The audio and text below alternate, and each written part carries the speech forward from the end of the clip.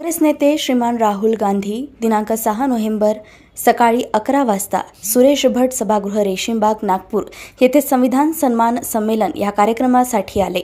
तिथे मनुस्मृती विरुद्ध संविधान, महिलांची आर्थिक सामाजिक स्थिती आणि शिवशाही विरुद्ध मनुस्मृती या विषयावर चर्चा झाली।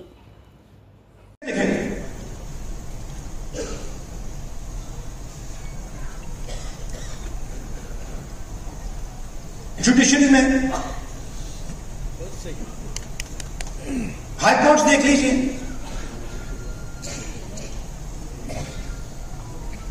बड़े बड़े अफसरों को देखिए, 90% हिंदुस्तान उसमें आपको दिखेगा ही नहीं।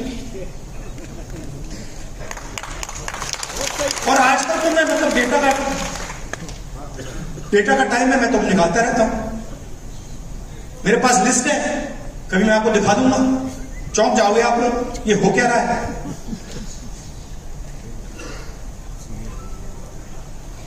अदानी जी की कंपनी में मैंने मैनेजमेंट टीम को देखा, कौन लोग हैं ये? उसमें आपको एक दलित नहीं मिलेगा, एक ओबीसी नहीं मिलेगा, एक आदिवासी नहीं मिलेगा। 5% लोग हिंदुस्तान को चला रहे हैं। स्टॉक मार्केट ऊपर जाती है, वही 5% का फायदा होता है। पॉलिसी बनती है, उन्हीं 5% का फायदा होता है। 16 लाख करोड़ रुपए उनके माफ हो जाते हैं, कोई क्यों नहीं बोलता। और मैंने कर्नाटक में कह दिया भैया किसानों का कर्जा माफ होगा, मतलब मीडिया में 24 घंटा 24 घंटा ये देखो राहुल गांधी किसानों की आदत बिगाड़ रहा है, ये पागल हो गया, ये किसानों की आदत बिगाड़ रहा है। अच्छा भैया आपने उन 25 लोगों की आदत नहीं बिगाड़ी कि 16 लाख करोड़ रुपए आपने पकड़ा दिए उनको।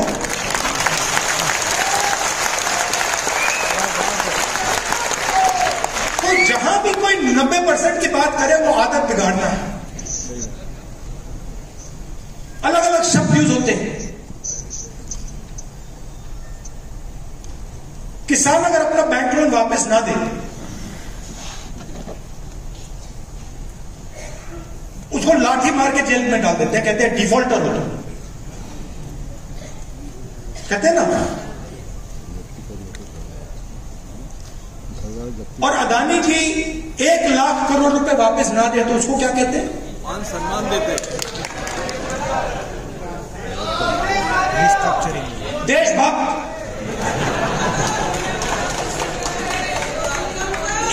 एक तो डिफॉल्टर बना देते हैं और दूसरे को बिजनेसमैन नाम दे देते हैं। वो बेचारा जेल चला जाता है और ये प्राइवेट हवाई जहाज में मतलब विदेश जाता है। और इसको हिंदुस्तान में हम विकास कहते हैं। प्रगति, डेवलपमेंट, विकास, ये शब्द है। अरे भाई किसका विकास, किसकी प्रगति, किसका डेवलपमेंट, ये भी बता दो।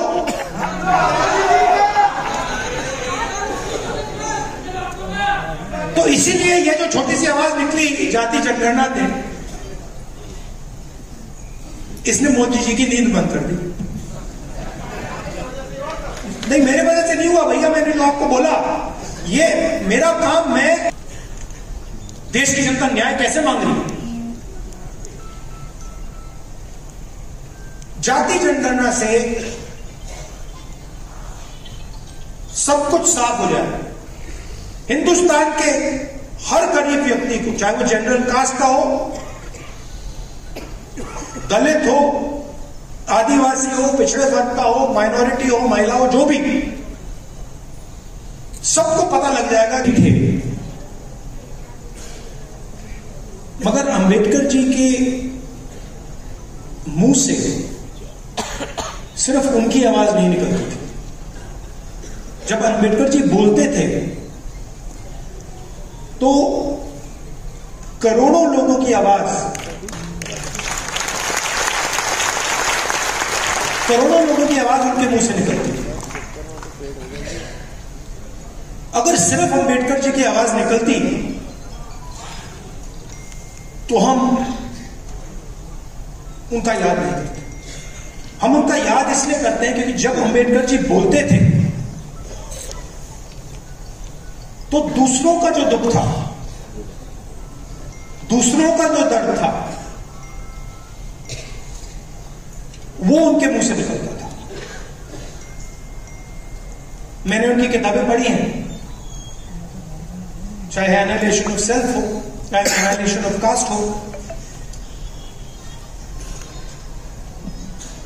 बुद्धिज्म पे काफी पढ़ा है। और जब आप अंबेडकर जी को पढ़ेंगे तो दिखता है कि यह व्यक्ति अपनी बात नहीं कर रहा है, यह व्यक्ति दूसरों की बात कर रहा है। और इस व्यक्ति के अंदर, जो हर नेता के अंदर लड़ाई होती है, चेहरा ही नहीं आता। नेता के अंदर क्या लड़ाई होती है? नेता के अंदर मुझ में है, सब में है, मैं क्या चाहता हूं और जनता क्या चाहती है, इसके बीच में टेंशन होती है। अंबेडकर जी जैसे, गांधी जी जैसे लोग अपनी आवाज को बंद कर देते हैं और उनके मुंह से अपना दुख, अपना दर्द नहीं निकलता है। उनके मुंह से दूसरों का दर्द, दूसरों का दुख, दूसरे की आवाज निकलती है। तो जब हमने ये कॉन्स्टिट्यूशन, जब हमने हिंदुस्तान में, सिर्फ कांग्रेस पार्टी ने नहीं, सिर्फ महात्मा गांधी, जवाहरलाल नेहरू ने नहीं, हिंदुस्तान ने जब अंबेडकर जी से कहा कि अंबेडकर जी आप इस संविधान को बनाइए, कोऑर्डिनेट कीजिए,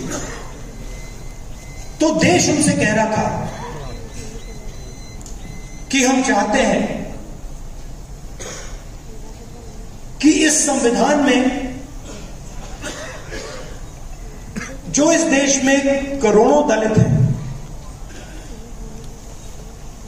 जो उनका दर्द है, जो रोज उनको सहना पड़ता है,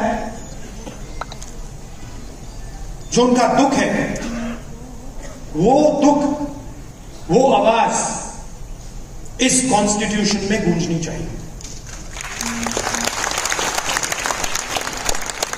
और वो काम अंबेडकर जी ने किया। अब लोग कहते हैं कि अंबेडकर जी ने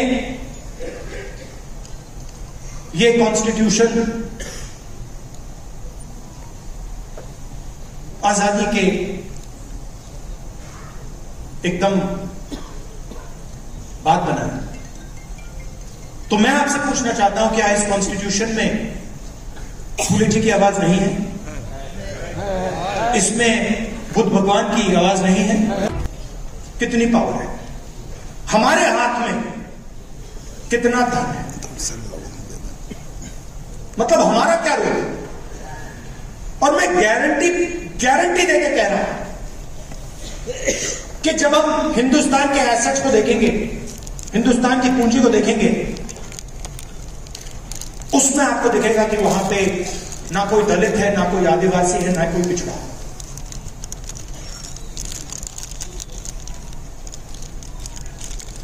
और ये जो जाति जनगणना है, ये जैसे मैंने आपसे कहा, ये किताब नहीं है, ये जीने का तरीका है, ये फिलॉसफी ऑफ लाइफ है। वैसे ही जाति जनगणना एक डेवलपमेंट का पैराडाइम है, एक डेवलपमेंट का तरीका है। कुछ दिन पहले एक दुनिया में एक बहुत बड़ा इकोनॉमिस्ट है, नाम नहीं लूंगा, वो इनइक्वालिटी पे काम करता है। तो मेरी उसके साथ बात हुई, मैंने उससे पूछा, प्रेजेंटेशन दिया उसने मुझे, और उसने मुझे कहा, राहुल हिंदुस्तान दुनिया में सबसे अनइक्वल देशों में है। और फिर मैंने उनसे कहा भैया आप एक बात बताइए, आपने हिंदुस्तान की एनालिसिस कर दी, आपने प्रेजेंटेशन दे दिया मुझे, मगर इस पूरे प्रेजेंटेशन में आपने एक बार जात शब्द का प्रयोग नहीं किया। मतलब जो इनइक्वालिटी का सोर्स है, जहां से इनइक्वालिटी निकल रही है, उसकी तो आपने चर्चा ही नहीं की। सही बात।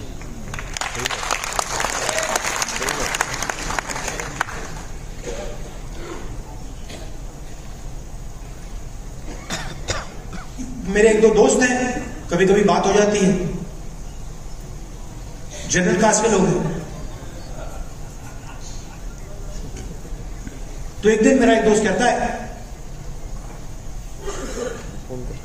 मुझे तो जात नहीं दिखती। मैंने कहा तुझे कहां से दिखेगी?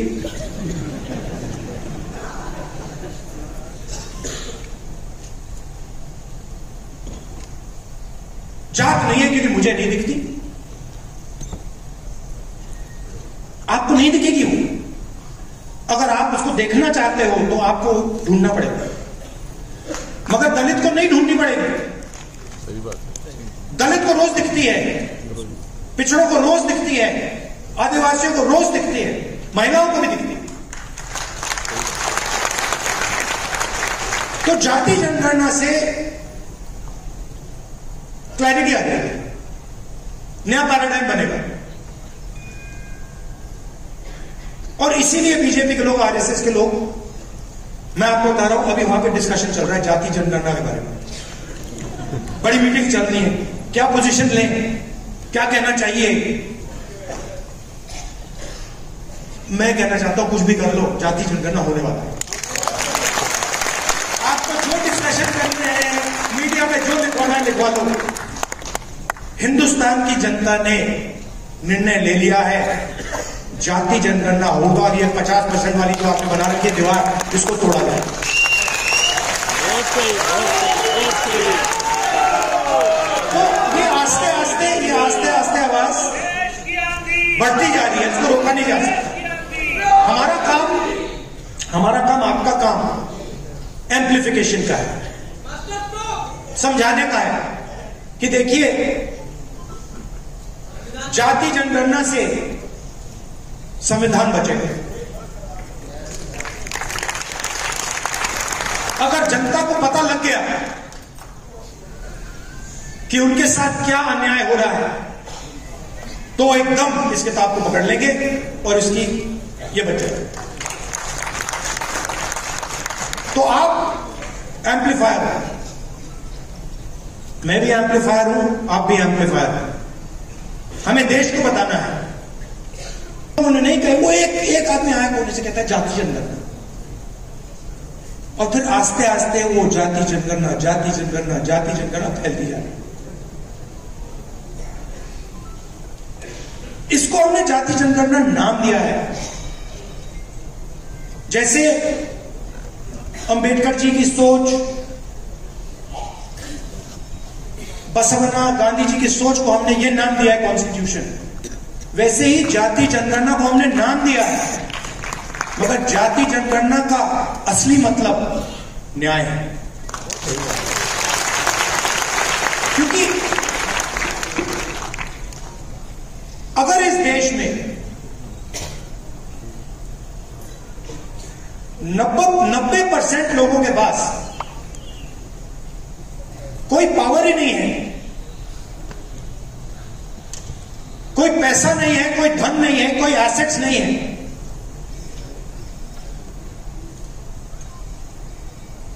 तो उनका क्या मतलब? आपने कहा,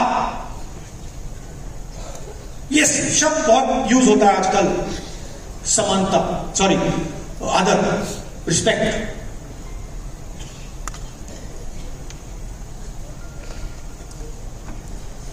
मेरी सोच है कि बिना पावर की, बिना धन के रिस्पेक्ट का क्या मतलब है? कोई भूखा मर रहा है, उसकी कोई सुनता नहीं है। 24 घंटा दुखी रहता है और मैं जाके उस पर माला लगा दूंगा, भैया मैं आपकी इज्जत करता हूं, उसका क्या मतलब?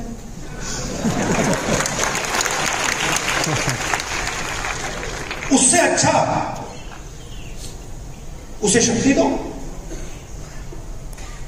उसके लिए रास्ते खोलो, उसको थोड़ा सा धन दिलवाओ, उसको थोड़ी पावर दो और फिर आपकी रिस्पेक्ट की जरूरत ही नहीं पड़ेगी, फिर वो अपने आप रिस्पेक्ट ले जाएगा, है ना?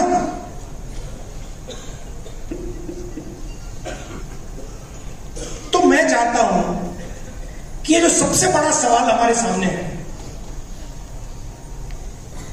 और ये छुपा हुआ है, इसकी झलकें दिखती हैं, हर रोज दिखती हैं।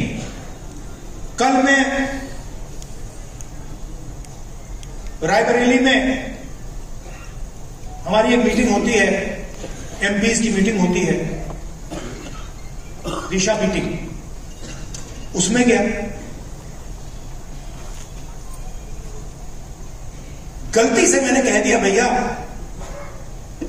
ये जो सब अफसर हैं अपना परिचय कर दीजिए।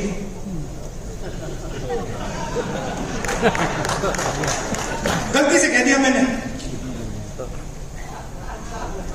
अब परिचय शुरू हुआ, उसमें मुझे एक दलित नाम ना सुनाई दे, एक ओबीसी नाम ना सुनाई दे। फिर मैंने पता लगाया, मैंने अपने सेक्रेटरी से कहा भैया ये इन सब के नाम निकालो और पता लगाओ इनमें से ओबीसी कितने हैं, दलित कितने हैं, आदिवासी कितने हैं, माइनॉरिटी के कितने हैं। झलक दिखी 80%, एक दो कम्युनिटीज के, बाकी कोई नहीं। झलक दिखी। कभी कभी मैं गंगाराम अस्पताल चला जाता हूं, वहां पे दिखती है। वहां पे मैं ढूंढता हूं भैया ये कोई दलित डॉक्टर दिख जाए मुझे, एक आदिवासी डॉक्टर दिख जाए मुझे, एक ओबीसी डॉक्टर दिख जाए। कॉर्पोरेट इंडिया में देखता हूं भैया नाम मिल जाए, 500 कंपनियां हैं, 16 लाख करोड़ रुपया मोदी जी ने माफ किया है, 20-25 लोगों में देखता हूं भैया इनमें से एक मिल जाए दलित, एक आदिवासी यहां मिल जाए, एक जनरल कास्ट का गरीब मिल जाए, ओबीसी में जाए, कोई नहीं मिलता।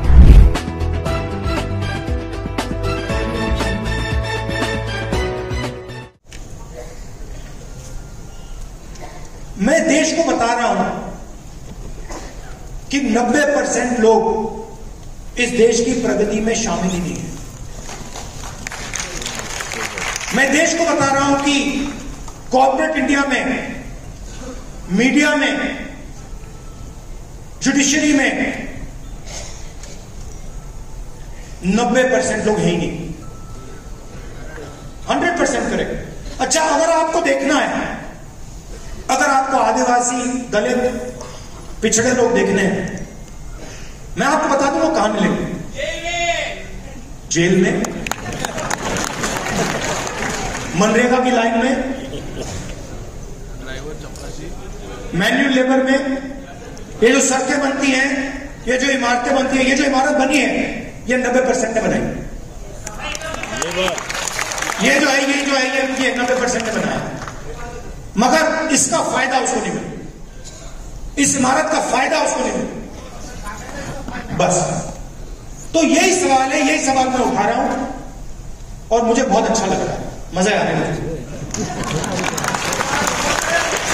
जहां भी जाता हूं मतलब खुशी से जाता हूं, आप जैसे लोगों से मिलता हूं, थिंकिंग एक ही है, आप मुझे समझते हो, मैं आपको समझता हूं। मतलब मैंने इतना लंबा भाषण दे दिया, मैं आपको कह रहा हूं अगर मैं यहां आके 2 मिनट बोल लेता आप समझ जाते हैं। जो मैंने आधे घंटे में बोला है आप 5 सेकंड में समझ जाओ। सही पकड़े, आपकी नियत मेरी नियत साफ है।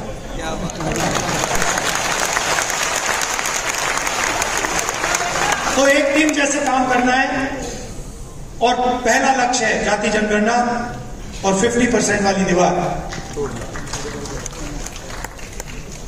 जय संविधान। फूले जी, सावित्री फूले जी, इन सब की आवाज नहीं है। तो ये जो है जिसकी आज हम रक्षा करते हैं,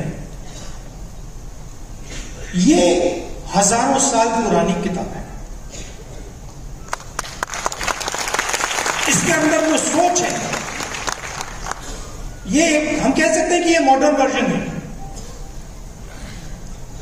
20th सेंचुरी की का वर्जन है, मगर इसमें जो सोच है वो हजारों साल पुरानी है।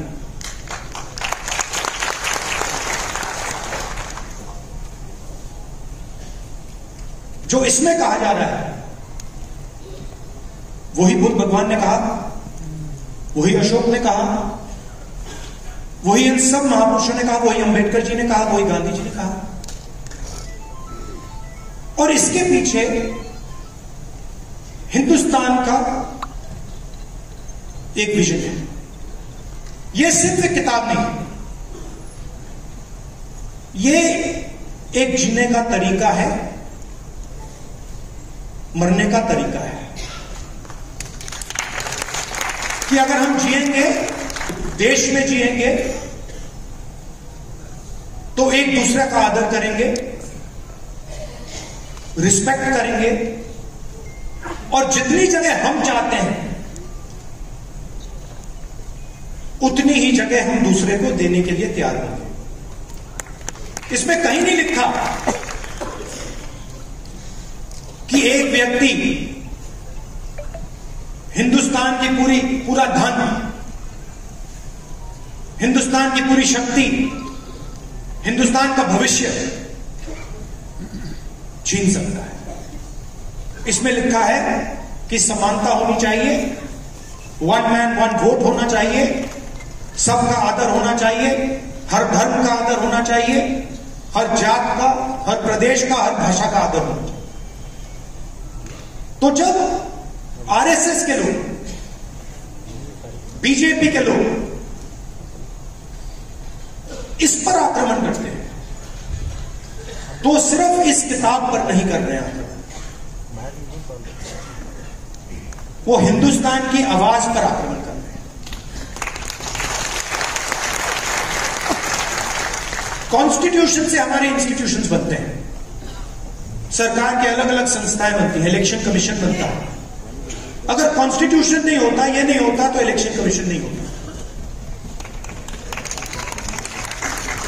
राजाओं महाराजाओं के पास इलेक्शन कमीशन नहीं होता था।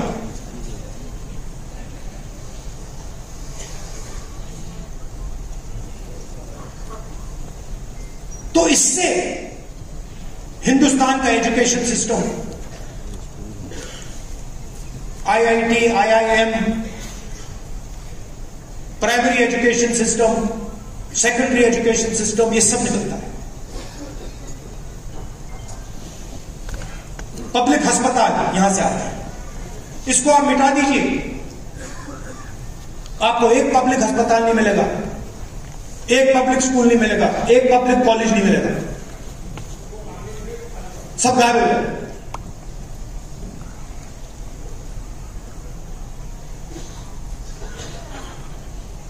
और आरएसएस एक के बाद एक, आरएसएस इस पे सीधा आक्रमण नहीं कर सकती, डरते हैं। अगर सामने से इसके साथ लड़ गए, वो 5 मिनट में हार जाए।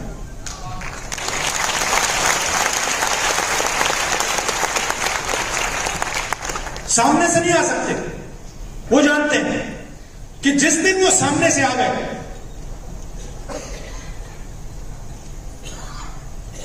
उसी दिन कहानी खत्म हो जाए। तो छुप के आते हैं, अलग अलग शब्दों के पीछे छुप के आते हैं। विकास, प्रगति, इकोनॉमी, अलग अलग शब्दों के पीछे छुप के आते हैं। मगर लक्ष्य पीछे से इसमें छुरा मारने का। अच्छा दम होता तो आगे से आते, दम होता तो कहते भाई आ रहे हैं, और हम भी कहते भैया आ जाओ।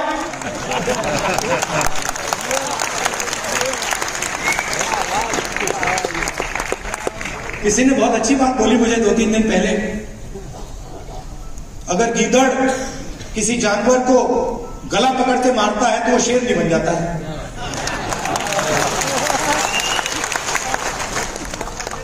तो सामने से नहीं आते, पीछे से आते हैं, छुप छुप के आते हैं।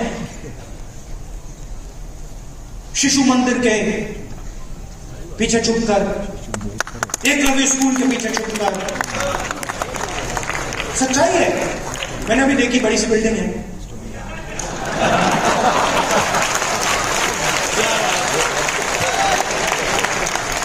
हजारों करोड़ की होगी जमीन।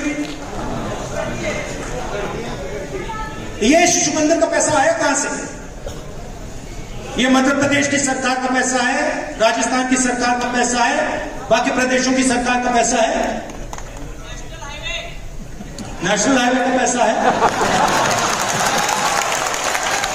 उसको आप कह सकते हो विकास का पैसा है, गुजरात मॉडल का पैसा है, अंबानी अदानी का पैसा है।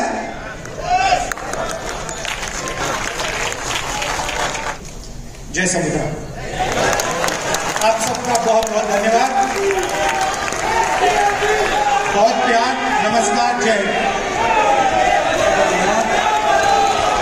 मैं निवेदन करूंगा अमन कांबले जी से, वो आए और धन्यवाद भाषण रखें।